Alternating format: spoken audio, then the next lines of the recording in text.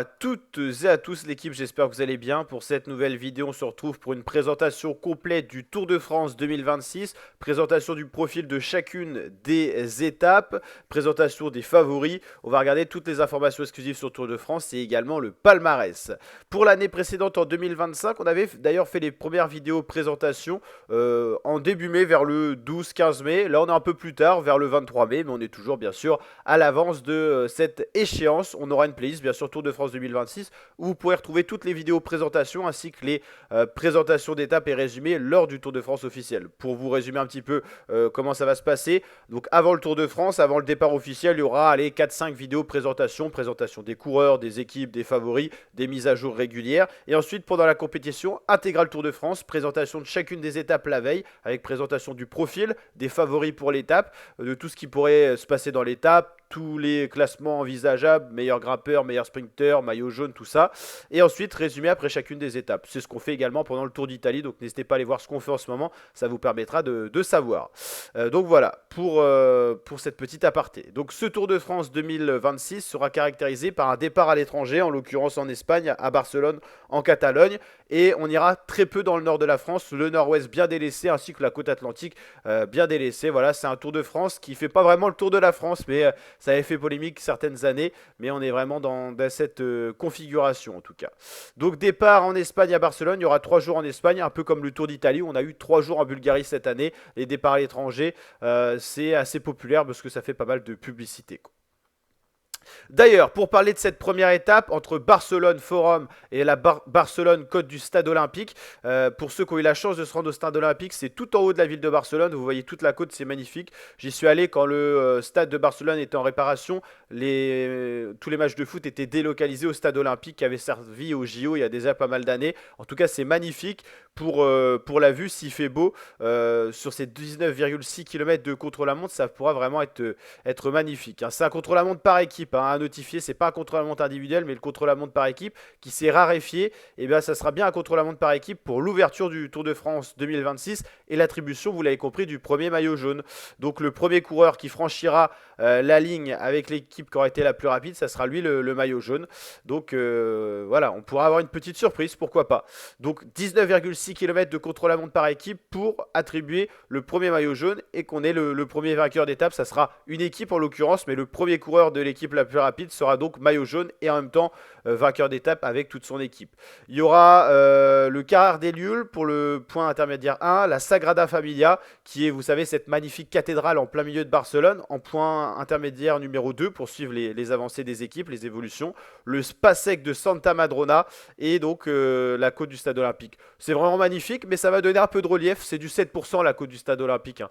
Donc ça va être sympathique. Très très beau, très très belle mise en abîme de ce Tour de France 2026. La deuxième étape entre Tarragone et Barcelone, à nouveau le Stade Olympique. Il y a vraiment une pub qui a été faite pour le Stade Olympique. Donc un départ hors de Barcelone, une arrivée une nouvelle fois à Barcelone avec quelques petits reliefs punchy pour dynamiser un peu la fin de l'étape. On espère que la météo sera belle parce qu'on sait qu'il y a des gros orages l'été. Pour être allé pas mal de fois en Espagne l'été, la météo peut vraiment causer problème avec des inondations, tout ça. Donc on ne souhaite pas tout ça bien sûr, mais attention à la météo qui a son rôle de plus en plus important dans les courses, on le sait. Les phénomènes météo toujours de plus en plus intenses qui donnent lieu des fois à des reports ou des décalages d'étapes, des arrivées pas au sommet quand il y a trop de vent, des étapes écourtées en raison d'inondations, de chutes de grêle. Donc voilà, on pense à tout ça avec ce qui s'est passé en Espagne, notamment récemment en termes de conditions climatiques. Donc en tout cas, première étape contre la montre par équipe, deuxième étape peut-être pour les punchers. Les sprinters ne seront pas à la fête parce qu'ils pourront pas forcément gagner le premier maillot jaune. En tout cas, ils ne le gagneront pas sur un sprint. Ça sera vraiment une bonne équipe pour un sprinter qui irait endosser le maillot jaune, une bonne équipe au contre-la-montre par équipe. Et la deuxième étape, plutôt punchy. Donc en tout cas, c'est animé, hein, pour un premier, pour un départ de Tour de France. La troisième étape, j'ai envie de dire, je sais même pas si on peut dire que ça sera pour les sprinters parce que c'est entre Granollers et les Angles. On a des côtes quand même, pas mal de côtes pour le maillot du meilleur grimpeur. D'ailleurs, la côte de Saint-Félu en début de parcours, 7 km à 4% de moyenne. Un sprint intermédiaire en plein milieu de parcours à Camp des Navols. Le col des Tozes, 9 km à 6% de moyenne. Le col du Calvaire, 11 km à 4% de moyenne. C'est quand même assez roulant, mais je pense que ça ne sera pas pour les sprinteurs. Province de Barcelone, de Gérone et Pyrénées-Orientales. On retournera en France à l'issue de cette étape 3. Donc non, c'est quasiment une étape de montagne, hein. Donc franchement, un début de Tour de France, vous l'avez compris, assez fou, hein. Contre-la-montre par équipe, c'est atypique. Étape 2 pour les punchers avec des belles côtes dans le final. 1,6 km à 9,3% de moyenne. Une côte du château Montjuic qui est arpentée 3 fois. Non, franchement, pour l'instant, il n'y a pas pour les sprinters, hein, même la troisième étape. Donc vous l'avez compris, 3 étapes en Espagne, dont la troisième qui se termine en France quand même. Mais en tout cas, c'est pas pour les sprinters.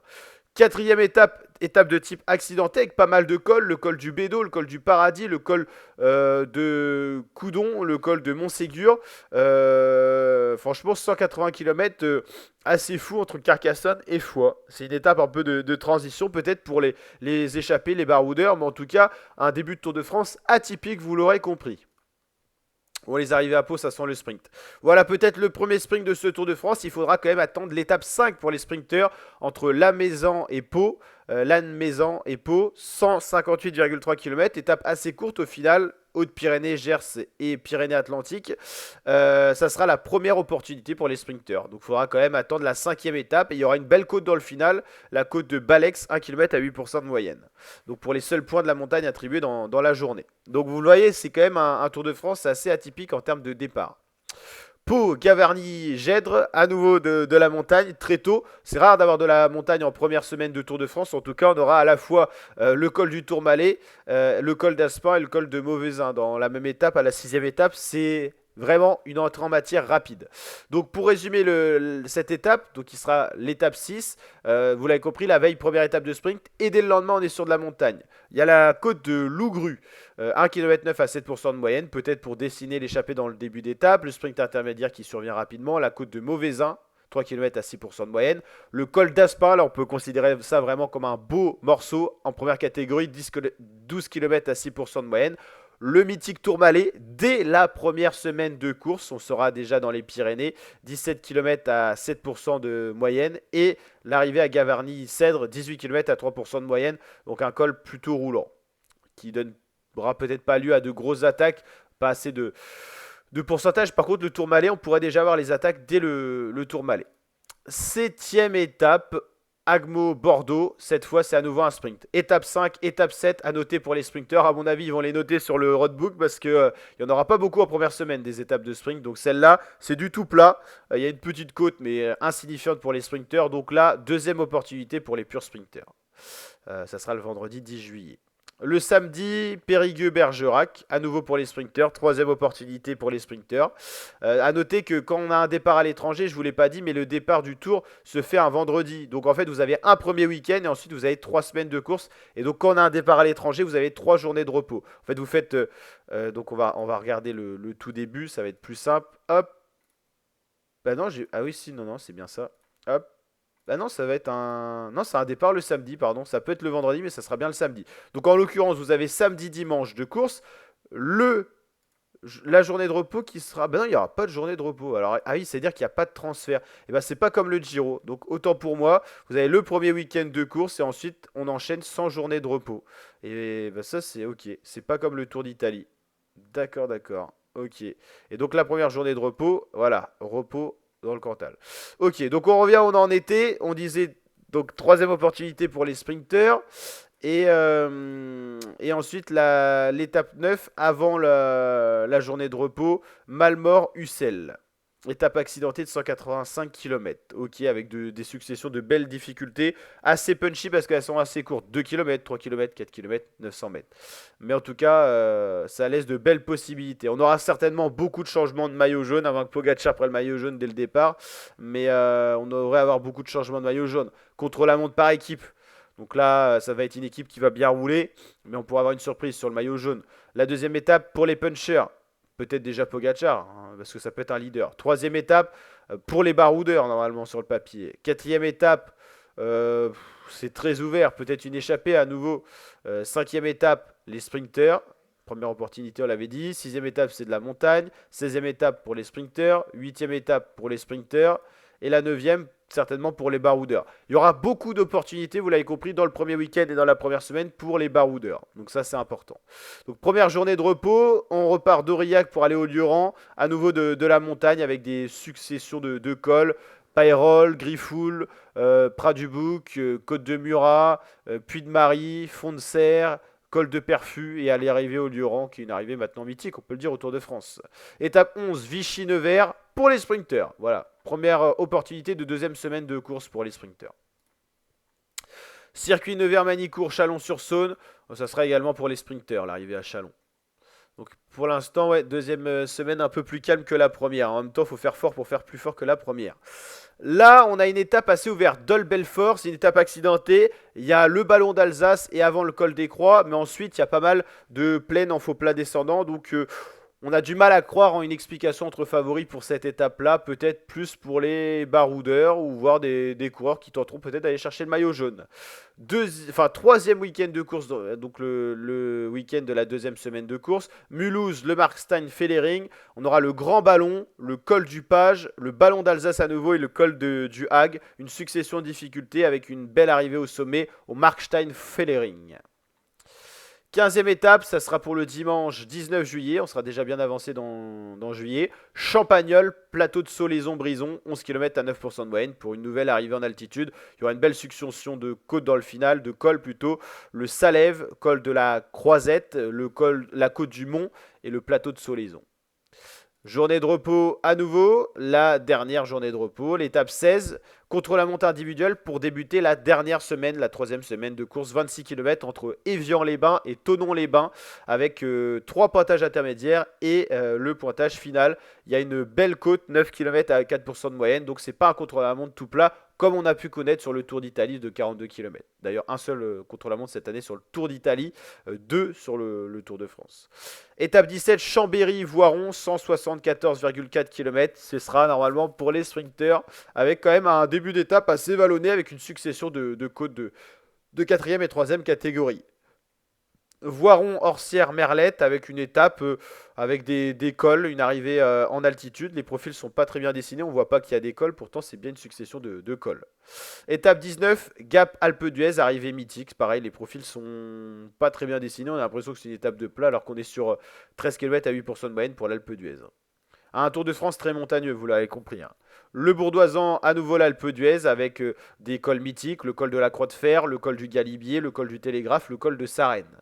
Et la mythique arrivée aux Champs-Élysées avec la butte Montmartre qui a été instaurée depuis le Tour de France 2025 et qui sera là pour animer le final, certainement. Pas vraiment de sprinter pour cette nouvelle édition du Tour de France, mais une étape animée et on peut avoir un final animé jusqu'à la fin du Tour de France. Donc un parcours spectaculaire pour résumer, un Tour de France très montagneux, au contraire du premier tour de la saison du Tour d'Italie qui n'était pas du tout montagneux alors qu'il avait l'habitude d'être montagneux. Donc Tour de France très montagneux, première semaine atypique avec contre-la-montre par équipe, pas mal d'étapes pour puncher, grimpeur en première semaine de course, c'est assez rare. Arriver de la montagne très tôt dans le Tour de France. Peu d'opportunités pour les sprinteurs en première semaine. Par contre, en deuxième semaine, il y aura plus d'opportunités. Mais un Tour de France avec un parcours vraiment atypique qui a été dessiné pour le spectacle. Après, c'est les coureurs qui font la course. On verra aussi les conditions météo qui vont beaucoup jouer sur ce Tour de France. Mais vous l'avez compris, c'est une édition atypique. 113e édition d'ailleurs du Tour de France, du 4 au 26 juillet. Des fois, le départ est un peu plus tôt. Là, c'est un peu plus tard. C'est l'un des 3 grands tours de la saison. Donc là, en ce moment, on suit le Tour d'Italie, ça sera le Tour de France, et ensuite il y aura la Vuelta, on suivra bien sûr les 3 grands tours. 3333 km de parcours, 21 étapes, format classique, 4 au 26 juillet, départ à l'étranger en Espagne, 2 pays cette année dans le Tour de France, Espagne-France, 54 450 km de dénivelé en tout, mètres de dénivelé, pardon, parce kilomètres ça ferait beaucoup. Voilà, donc 2 premières étapes dans Barcelone, la 3e qui arrivera à la frontière française, contre-la-montre par équipe, un contre-la-montre individuel, départ en Catalogne. Je mouche un petit peu, hop, pardon. Donc, qu'est-ce qui nous... Ouais, il y a beaucoup de choses de dites. Au niveau des équipes, on est sur les World Team 18 et 5 Pro Team. Ça sera la première édition où la Caja Rural, équipe qu'on a l'habitude de voir sur la Vuelta, fera partie du Tour de France. La Pinarello Q36.5 de Tom Pidcock, notamment la Tudor de Julien Lafilippe et Marc Hirschi, par exemple, la Cofidis, la Team Total Energy. Donc première participation au Tour de France pour la Caja Rural qui est invitée pour la première fois sur le Tour de France. Il n'y aura pas l'Unibet Rose Rocket qui a fait le Giro mais qui ne fera pas le Tour de France. La Q36.5, je pense qu'ils ont déjà dû faire le tour. La Tudor, c'est sûr. Cofidis, Team Total Energy, c'est les équipes classiques françaises. Au niveau des équipes World Tour, je regarde, mais pas de grosses surprises. On a la classique avec seulement des changements de nom. Donc vous l'avez compris, Tour de France très montagneux, 2 contre-la-montre, un par équipe, un contre-la-montre individuel. Voilà, donc il n'y a rien d'autre de spécial à souligner. L'équipe, on se retrouvera pour d'autres vidéos présentation de cette édition du Tour de France. Il y a beaucoup de choses à dire et là on a un peu dégrossi les bases, mais il y a encore beaucoup de choses à dire sur ce Tour de France qui ira succéder à Pogacar qui détient les 2 derniers Tours de France 2025-2024. Vingegaard sera là après le Tour d'Italie pour faire la guéguerre à Pogacar. Pogacar-Vingegaard, c'est vraiment les 2 hommes qui prédominent les derniers Tours de France. Depuis 2020, c'est soit Pogacar, soit Vingegaard qui ont gagné. Et à chaque fois, l'autre alterne en étant deuxième, vous l'avez compris. Donc depuis 2020, 2021, Vingegaard arrive. Mais en gros, ça fera 6 ans cette année, en tout cas, qu'on a une ultra domination. Pogacar pour la Slovénie, Vingegaard pour le Danemark. Et puis après, on a d'autres coureurs comme Lipovic et Evenepoel qui essayent de mettre leur grain de sel, mais ils sont quand même un cran en dessous. Cette année, la nouvelle, c'est qu'on aura Paul Sexas qui peut être une vraie opportunité pour la France. C'est peut-être la première fois qu'on a une vraie opportunité de podium depuis quelques années pour les coureurs français. Dernier podium français, ça remonte à Romain Bardet en 2017. Depuis, on n'a jamais été, les Français, sur le podium du Tour de France. On a eu quelques années un peu plus clémentes et ensuite, par contre, pour la dernière gagne française du Tour de France, il faut remonter à plus de 41 ans, c'est Bernard Hinault. Donc là, ça fait quand même un moment. Allez, n'hésitez pas à liker, partager, vous abonner. Ciao, ciao l'équipe, portez-vous bien.